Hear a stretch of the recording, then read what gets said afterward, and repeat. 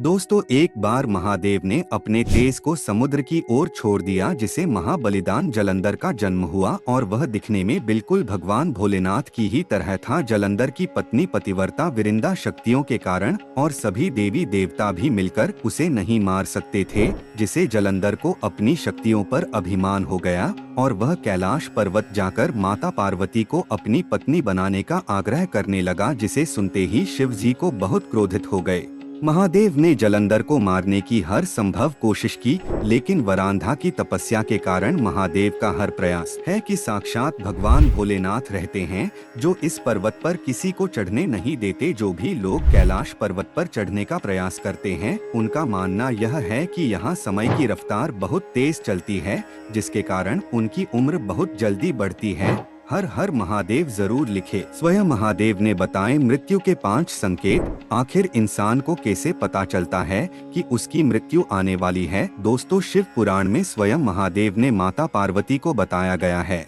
एक, किसी इंसान को सूर्य या चंद्रमा के पास में लगा काला ग्रह दिखाई देने लगे तो उस मनुष्य की मृत्यु 15 से 20 दिन में ही हो जाएगी। 2, किसी इंसान का अगर बायां हाथ बढ़ता रहता है और उसका पैर सूख जाए तो उसकी मृत्यु 1 महीने में हो जाती है। 3, अगर किसी मनुष्य का शरीर नीला या पीला और शरीर पर लाल धब्बे हो जाए तो उसकी मृत्यु 6 महीने में हो जाती है। 4, किसी मनुष्य को अचानक नीली मक्खियाँ घेर ले तो समझ लेना उसकी मृत्यु 1 महीने में हो जाती है। 5, अगर किसी मनुष्य को अपनी परछाई शीशे में दिखाई नहीं देता है तो उसकी मृत्यु 6 महीने से पहले ही हो जाती है।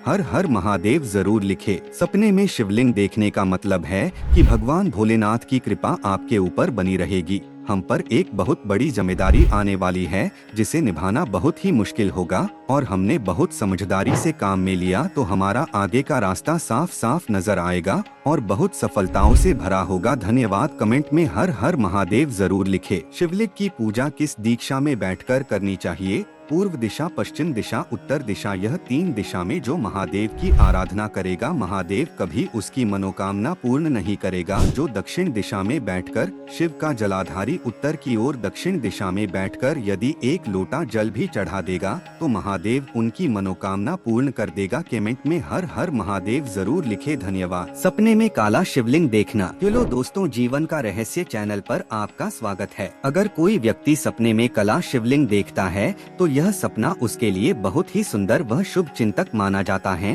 प्राचीन सामुद्रिक शास्त्र के अनुसार यह माना जाता है कि इस तरह के सपने को देखने के बाद इंसान को खुश होना चाहिए, क्योंकि यह सपना उसके जीवन में आने वाली खुशियों के आगमन का संकेत है। इस सपने से पता चलता है कि भगवान भोलेनाथ की कृपा आप और आपके परिवार पर बनी हुई है। आप जिस क्षेत्र में कामयाब होना चाहते हो उस क्षेत्र में आपको सफलता अवश्य मिलेगी। अगर आप किसी समस्या से परेशान हैं, तो वह समस्या भी आपकी दूर होने वाली है। समाज में भी आपका स्वागत योग्य कदम उठाए जाएंगे और मान सम्मान बढ़ने वाला है। कमेंट में हर हर महादेव जरूर लिखे। धन्यवाद। 99% लोग नहीं जानते क्या है शिव जी की सही पूजा विधि। महादेव की पूजा से सब पाप दूर हो जाते हैं और मनोवांछित फल की प्राप्ति होती है। ओम नमः शिवाय का जाप करते हुए कच्चे दूध या गंगाजल से अभिषेक करें। पंचामृत से अभिषेक करने के बाद शिव शंकर जी चंदन, अक्षत, बेलपत्र, धतूरा या आंकड़े के फूल जरूर चढ़ाएं और महादेव जी को हल्दी, कुमकुम, तुलसी, नारियल, लाल फूल नहीं चढ़ाना चाहिए और महादेव जी की पूजा में शंख का उपयोग नहीं करना चाहिए। महादेव जी की पूजा में बेलपत्र का बहुत महत्व है, लेकिन बेलपत्र तोड़ते समय इस मंत्र का जाप करे तो विशेष महत्व है। और महादेव जी की पूजा के बाद माता पार्वती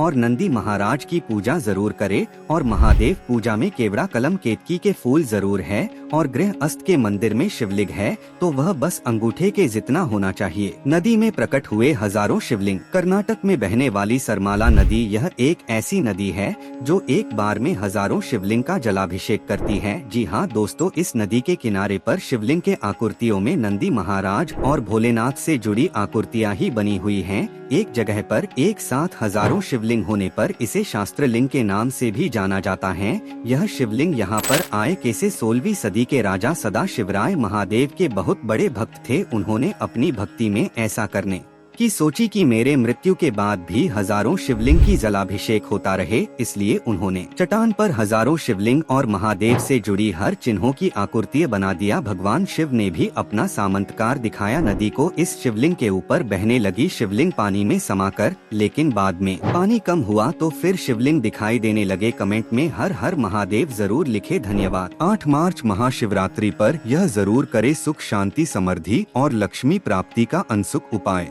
1 बेल पत्र, 1 धतूरा, 1 समी पत्र और 1 सफेद पुष्प, 1 आखा चावल का दाना, ये सब हाथ में लेकर अगर तुमको ऐसा लगता है कि मेरी सारी राहें बंद पड़ी हुई है और मैं जिस काम में हाथ डालता हूँ वह आम आज होता ही नहीं, दिन लग जाते हैं। जब दुनिया के सब लोगों के पास में सुख आ जाता है, तब दुनिया का भला हो जाता है, तब मेरा भला होता है, भगवान मेरा सुनता है। जब तुम्हारे हाथ में ये सभी चीजें हो और शिवरात्रि का दिन हो, उसी दिन आप शिवलिंग पर अगर इसे समर्पित कर देते हैं तो आपकी राहें अपने आप खुलना शुरू होती हैं। क्या हुआ जब पूजा के समय शिवलिंग से बहने लगा खून? दोस्तों, महादेव का एक ऐसा भक्त था जो हर टाइम शिव भक्ति में लीन रहता था। एक बार भोलेनाथ ने इस भक्त की परीक्षा लेने का सोचा। तब जब वह भक्त शिवलिंग की पूजा करने लगा, तब उसी समय महादेव ने शिवलिंग पर 2 आंखें प्रकट कर दी, जिसमें से एक से खून निकलने लगा। ऐसा देखकर वह भक्त बहुत दुखी हुआ और खून को रोकने के लिए शिवलिंग पर जड़ी बूटियों का लेप लगाने लगा, फिर भी खून बंद नहीं हुआ। तभी उस भक्त ने अपनी आंख निकालकर शिवलिंग पर लगा दिया। उसके बाद दूसरी ओर खून बहने लग गया। उस भक्त ने सोचा, मैं अपनी दूसरी आंख निकालूंगा तो मैं अंधा हो जाएगा, फिर मैं दूसरी आंख शिवलिंग पर कैसे लगाऊंगा। इसलिए उसने शिवलिंग के आंख पर अपना पैर रख लिया और अपनी दूसरी आंख भी निकालकर शिवलिंग पर लगा दिया। ऐसी भक्ति देखकर महादेव खुद प्रकट हुए और अपने भक्त को एक वरदान देकर उसकी आंखें वापस दे दिया। हर हर महादेव जरूर लिखे। वनवास के बाद जब माता सीता लक्ष्मण जी के साथ सरयू नदी की पूजा करने जाती है तो जल लेने के लिए सरयू नदी में लक्ष्मण जी को उतार देती हैं। तभी उसके सामने अदासुर नामक एक राक्षस प्रकट होता है और वह लक्ष्मण जी को खाने का प्रयास करता है, जिसे देखकर स्वयं माता सीता लक्ष्मण जी को खा जाती है। लक्ष्मण जी को खाते ही माता सीता सारा शरीर जल बनकर गल जाता है और यह सब हनुमान जी देख रहे थे। वो माता सीता के तन को घड़ा में भरकर राम जी के पास ले आते हैं। श्री राम उसे देखते ही कहते हैं कि ये मरुष्ट सब राक्षसों का वध तो मैंने कर दिया है, लेकिन इस राक्षस का वध मेरे हाथ से होने वाला नहीं है। इससे भगवान भोलेनाथ का वरदान प्राप्त है। जब त्रेता युग में सीता और लक्ष्मण एक तत्व में बदल जाएगा, तब उसी तत्व के द्वारा इस राक्षस का वध होगा। तुम इस जल को सरयू नदी में डाल दो। इस जल के नदी में मिलते ही एक भयंकर ज्वाला जलने लगी और उसी ज्वाला में अदासुर जलकर भस्म हो गया और सरसू ने तत्काल माता सीता और लक्ष्मण जी को नवजीवन प्रदान किया। धन्यवाद।